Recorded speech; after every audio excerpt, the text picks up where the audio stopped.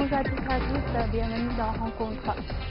La réduction de la pauvreté est un enjeu majeur de notre siècle.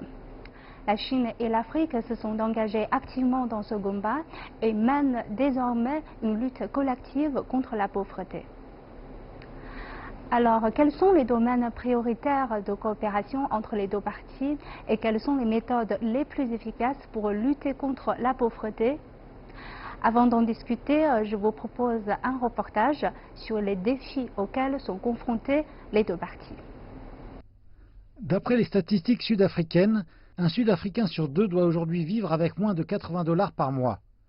Les autorités locales travaillent dur pour tenter d'extirper de l'extrême pauvreté les 200 000 personnes sans abri que compte le pays. Jackie Adams était une jeune fille quand elle s'est enfuie du domicile familial situé dans un quartier pauvre et infesté par le crime près du Cap. Elle a passé les 27 années suivantes complètement démunie, vivant dans la rue dans des conditions extrêmement dures. When I was living on the street, people treat you bad. Like securities, they usually come and hit you with batons. And then you get the people that walk past you, they spit. Or they just swear at you. Then you get the good people that used to usually bring you some food. And that's basically how life was. Jackie, aujourd'hui âgée de 41 ans, a réussi à s'en sortir. Elle est de retour à la maison réunie avec sa famille. Elle est employée en tant que travailleuse sociale au sein du département pour la réintégration des sans-abri de la ville du Cap. Son travail consiste à aider les milliers de personnes sans-abri du Cap à quitter la rue, à retourner à la maison et à trouver un emploi, comme elle l'a fait. The employment opportunities range across a range of manual labor, jobs relating to council like mowing and clearing, graffiti removal, sweeping, various odd jobs at facilities and depots, and a proportion of them of people who we find on the street will also be employed to help us in our outreach efforts to other people. Les officiels de la ville du Cap affirment que la réduction de la pauvreté est un processus lent, de long terme. Mais ils disent également leur détermination à vouloir briser le cercle vicieux de l'itinérance et de l'extrême pauvreté, leur volonté de redonner espoir et dignité à des gens comme Jackie.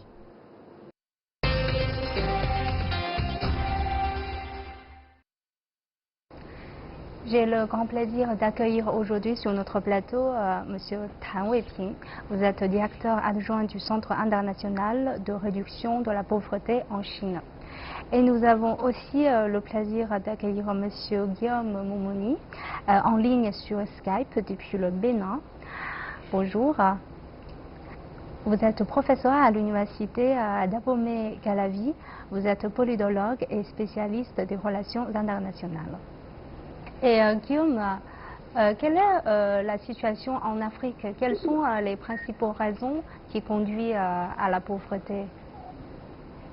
Je pense que la question de la pauvreté en Afrique, si on doit en discuter de façon extensive, plusieurs thèses de doctorat ne suffiraient pas pour les expliciter. Mais grosso modo, je situe les raisons de la pauvreté sur notre continent à trois niveaux. Nous avons le niveau politique, le niveau que j'appelle technique et le niveau économique. Au niveau politique, je pense que il a manqué pendant longtemps la volonté politique des différents gouvernants africains afin que la question de la pauvreté soit érigée vraiment en priorité des priorités. Au niveau économique, je pense que les survivances coloniales ont fait que les pays africains se sont un peu limités à la production, disons, de rente. Les productions qui en fait sont destinées aux recettes d'exportation et qui amènent à la remarque que tout simplement les Africains produisent ce qu'ils ne consomment pas et qu'ils consomment ce qu'ils ne produisent pas. Cela amène à quoi? À une certaine priorité qui est accordée aux productions de rente, le coton, le cacao, le café, etc., pour ne parler des ressources minières, et au détriment des productions vivrières. Dans la plupart des pays, il y a eu un peu cette sorte d'ambiguïté par rapport aux priorités qu'il fallait accorder. Et le résultat est que les zones rurales n'arrivent plus à remplir leur mission première, qui est de servir de grenier le soir aux populations nationales. Et au contraire, on assiste à le phénomène des zones rurales parce que les populations rurales ont la compréhension que l'impression qu'il fait mieux vivre que dans les villes.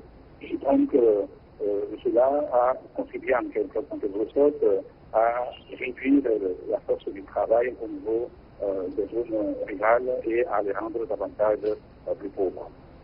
Évidemment, il y a des phénomènes des politiques économiques inadaptées qui ont amené dans une certaine mesure à l'appauvrissement des zones qui étaient déjà suffisamment pauvres.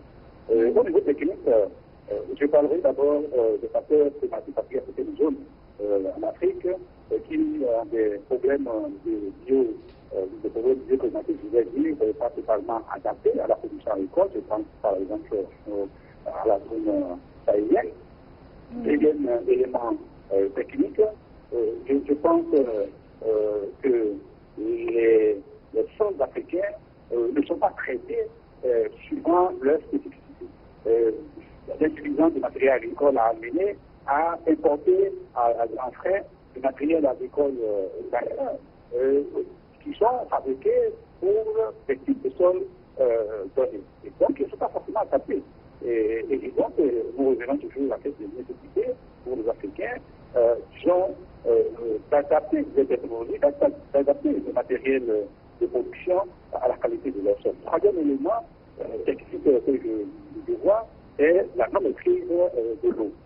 Dans beaucoup de cas, nous assistons à un gâchis des ressources hydriques, un gâchis des ressources fournies par les pluies, ce qui fait que au moment où on a suffisamment d'eau, on utilise sans esprit, disons, de conservation, et au moment où il n'y en a pas suffisamment, nous n'en avons plus pour nous en faire. Donc, heureusement, je pense que la coopération internationale permet, dans une certaine mesure, de pallier cette insuffisance et donc de mettre à disposition des Africains le technique, le savoir-faire qu'il faut pouvoir booster la production agricole.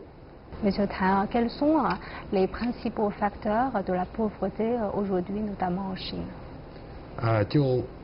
目前阶段讲的话呢，中国的贫困呢，主要导致贫困的原因，可能在总体讲有两个方面，两个层面，一个层面是整个我们从区域上来看这个事情，那么的话呢，我们贫困地区呢多是一些自然条件比较差、基础设施和公共服务体系落后的这么一些地方。那么从个体层面上讲的话呢，一个是因为因病，还有一个就是教育水平比较低，这个人群容易导致贫困。还有一个就是因为一些比如说因为上学导致的贫困，还有比如住房不安全导致的贫困，主要大概是这么两类。Alors, quelles sont donc les coopérations, quels sont les domaines de coopération entre la Chine et l'Afrique dans le domaine de la réduction de la pauvreté? Donc, quelle est la spécificité de la Chine, de la coopération entre la Chine et l'Afrique dans ce domaine? 减贫领域来讲的话呢，我们跟非洲的合作呢，我们主要有以下这么几个方面。第一个的话呢，我们是建立一个有效的减贫的沟通的交流的机制。我们先后打造了减贫与发展高层论坛、中非合作论坛、减贫与发展会议等机制化的这个论坛，发挥出这个国际区域减贫与发展高端交流平台的这么一个作用。这个我们每年都这个平台都开会，有大量的非洲的官员、学者和这个在一线工作的一些人到参加我们的会议，发表他们的意见，我们进行交流。那么一方面呢，我们是分享中国的发展经验，同时呢，我们也交流非洲国家之间好的经验和做法，这是第一个方面。第二，我们就是开展国际减贫培训。那么我们通过这个理论研讨和实地考察呢，跟非洲国家分享中国的发展经验和做法。那么的话呢，到目前为止呢，我们扶贫呢，我们举办了121期培训班，来自于129个国家，共3200多人。那么这个3200多这些官员学者参加我们培训班的这些人，大多数来自于非洲地区，非洲国家，这是第二个方面。那么第三呢，就是我们探索的中国的减贫业呢，减贫经验在其他国家来做示范推广。我们从2012年开始了，我们在非洲的坦桑尼亚，我们做了一个村级发展的示范项目。我们在摩洛哥勒地区选了一个村，那个村叫佩亚村。我们依托当地的一个中资企业，是一个中国的建麻公司，我们一起在那儿做了一个村级发展示范项目。那么通过我们把这个村里的内部的一些基础设施进行改善，然后的话呢，我们引进一些农业的新品种、新技术。你比如说玉米，那个主产区玉米，我们在这儿发展玉米生产。那么我们这个产量是当地的3倍、2倍，至少2倍以上，是这么一个产量。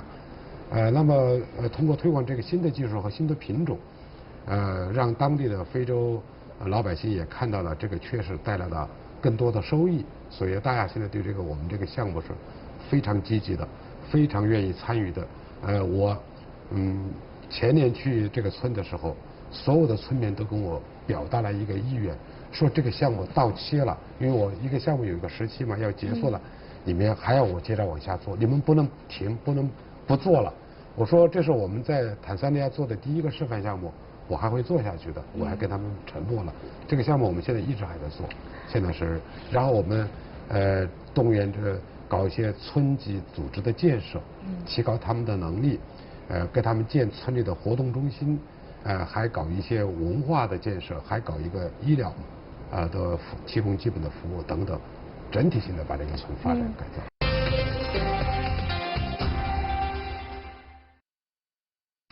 Depuis le sommet Chine-Afrique 2006, de nombreux projets sur le continent ont été construits en coopération avec la Chine. L'un de ces projets est le centre de démonstration technique agricole de Zambie, lancé en mai 2008. Depuis sa mise en activité en 2011, le centre a mis en place de nombreux programmes de formation destinés aux petits agriculteurs.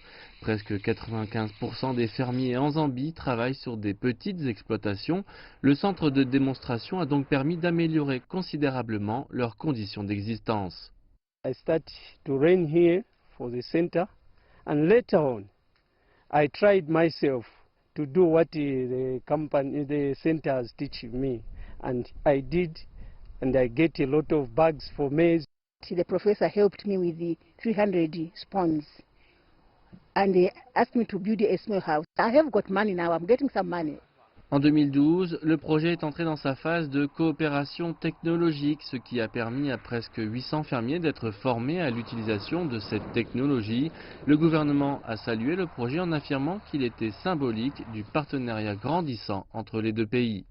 First, I want to thank the Chinese government for partnering with University of Zambia to set up this agricultural training and demonstration center. I'm very proud of this.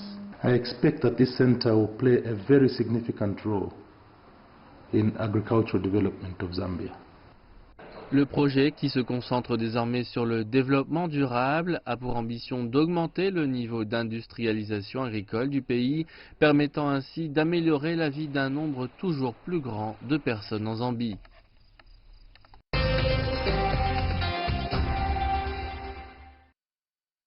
Je pense évidemment il y a une différence entre la campagne chinoise et la campagne en Afrique. Quand vous allez faire ce genre de projet dans une campagne en Afrique, certainement vous allez rencontrer, je ne sais pas, des difficultés ou des anecdotes. Est-ce que vous avez quelque chose à nous raconter? 就是这个项目当时最大的困难。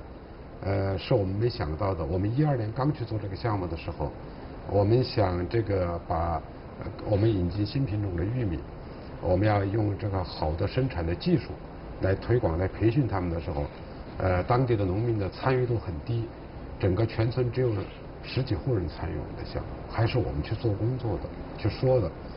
那么通过1年的这个农业生产的发展，我们这个产量确实很高，收入确实提高了。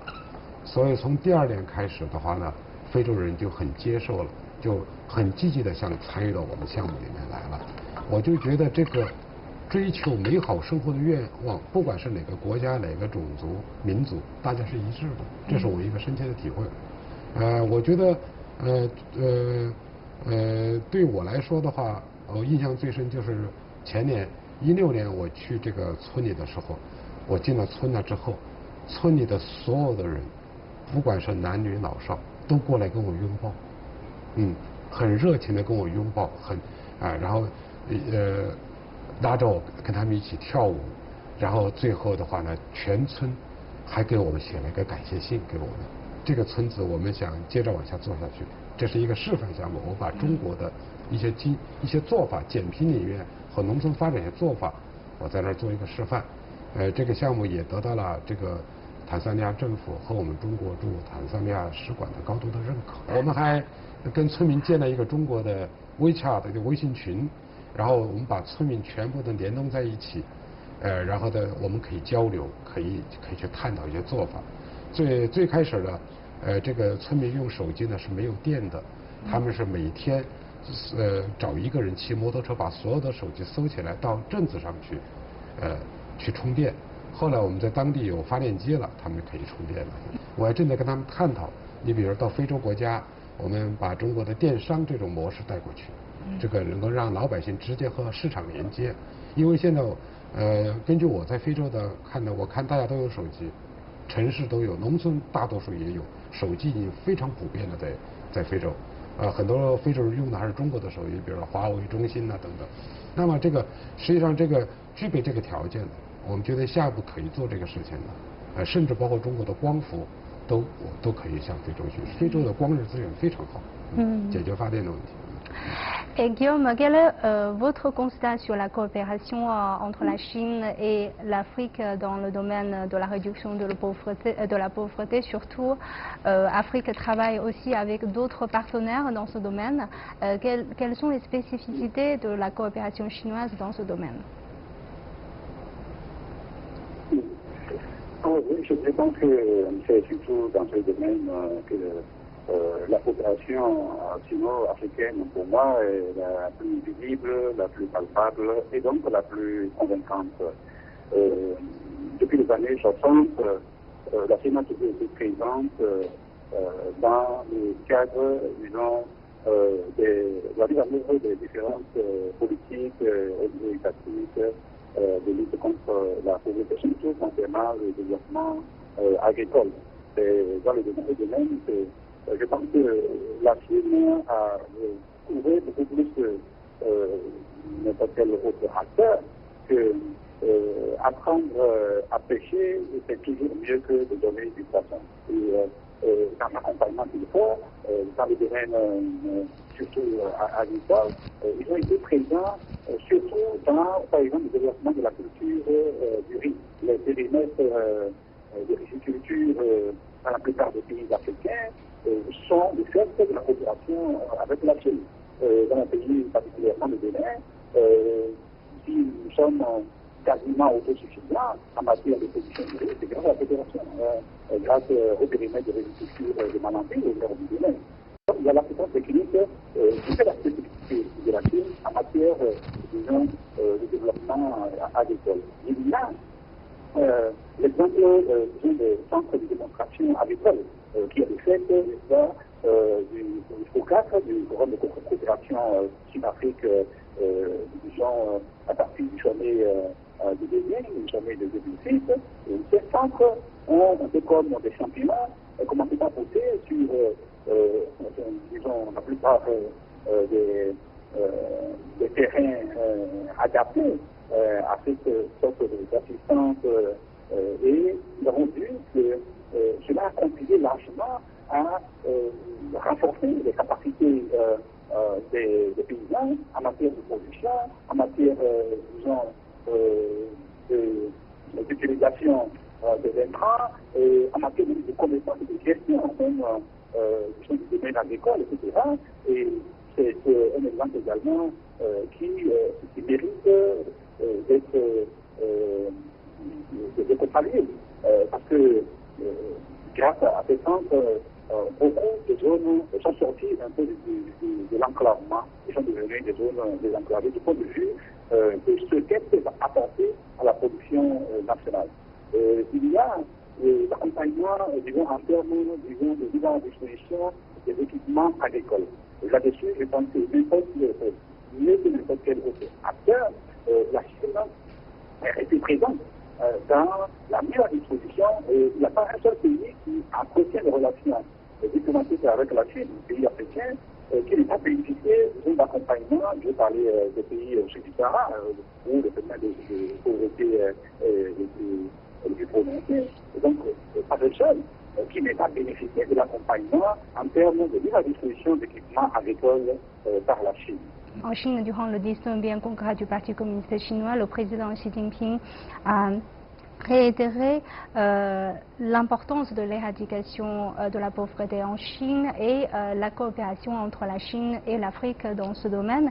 Et aussi, il a même écrit un livre intitulé « Sortir de la pauvreté » et dans laquelle il a insisté sur l'idée qu'il faut d'abord redonner l'espoir pour la population pauvres.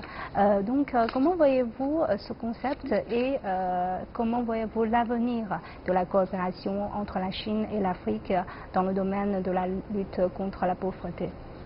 就是说，如果一个贫困真正要得到解决，我认为得有两方面的力量，一个是外部的力量，比如说政府、社会对贫困的一种关注、支持和投入、帮助。那么到同时，贫困人口自身它的这种 内生的动力要强大，要有很强的追好美好生活、要脱贫的这么一种愿望。那么这一块的话呢，我们现在要加强。在中国，在有些个别地区，现在有这个情况出现，就是说，还要更多的需要贫困人口加强自身的内生发展动力，因为现在外部的支持很多。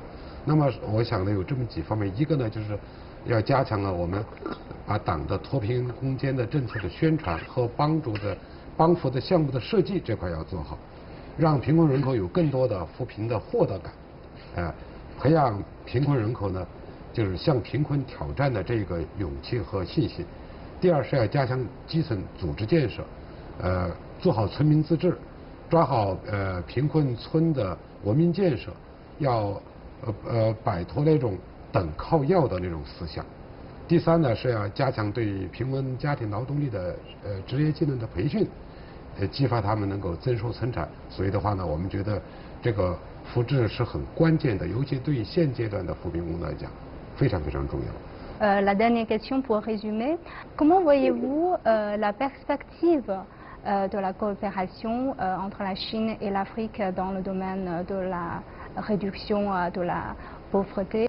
S'il y a un domaine dans lequel la coopération entre la Chine et l'Afrique peut être excellée, peut servir d'exemple, c'est bien celui de la lutte contre la pauvreté. Je disais que les perspectives dans ce cadre, elles sont heureuses. Elles sont heureuses parce qu'elles sont enracinées dans la qualité des échanges entre les deux parties. Elles sont enracinées dans ce que j'appelle le background de la coopération synthétique entre la Chine et l'Afrique. Pourquoi?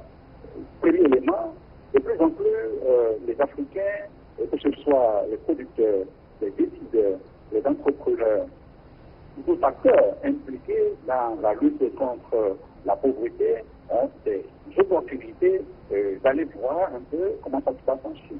La Chine offre donc cette plateforme apprentissage. Et donc, disons, d'entraînement par l'exemple, qui est fondamental. Le type de village que nous avons en Chine, ce n'est pas le même type de village que nous avons sur le continent africain. C'est autant d'exemples. La viabilisation du village, disons, du point de vue de la Chine, ça peut servir d'exemple aux pays africains. Deuxième élément, c'est la priorité que, disons, les acteurs Chine-Afrique accordent à la lutte contre la pauvreté. Surtout du point de vue africain, il est maintenant une évidence que sans la lutte contre la pauvreté, le étrangères, le développement ne serait qu'une chimère. Et cela amène donc à s'agripper à la Chine, à privilégier les relations avec la Chine du point de vue de l'expérience qu'elle a acquise. Je pense que avoir sorti des centaines de millions de pauvres disons, du seuil de pauvreté en quelques décennies, de 3 décennies, ça mérite effectivement que les pays africains se mettent résolument à cette école. Et je pense que la Chine est tout à fait disponible et disposée à accompagner les pays africains dans ce sens. Le troisième élément, c'est la possibilité que les pays africains ont de pouvoir impliquer la Chine dans un cadre plus global de coopération internationale. Et cela a été le cas au niveau de plusieurs forats, au niveau de plusieurs types de conférences, au niveau de plusieurs types d'échanges qui ont intégré la Chine dans un cadre multilatéral, c'est quelque chose qui favorise une réponse globale à la question de la lutte contre la pauvreté en Afrique. Le quatrième élément, c'est bien entendu la chance pour les pays africains que la Chine se positionne désormais comme un acteur clé dans la lutte contre le réchauffement climatique. Nous savons que les facteurs bioclimatiques sont à la base de l'appauvrissement et donc de l'aggravation du phénomène de pauvreté dans certaines régions africaines, notamment celle que j'ai mentionnée tout à l'heure, la zone aérienne. Et si le pays le plus pollueur se positionne comme étant à l'avant-garde, contrairement aux États-Unis d'Amérique, à l'avant-garde de la lutte contre le réchauffement climatique et donc pour une meilleure écologie planétaire, je pense que par ricochet, cela va à l'avantage des zones aussi vulnérables que celles des Sahéliennes et autres zones en Afrique qui sont largement dépendantes du changement climatique. Le cinquième et dernier volet de perspectives heureuses de coopération entre la Chine et l'Afrique du point de vue de la réduction de la pauvreté que je vois, c'est disons le secteur décentralisé, le volet décentralisé.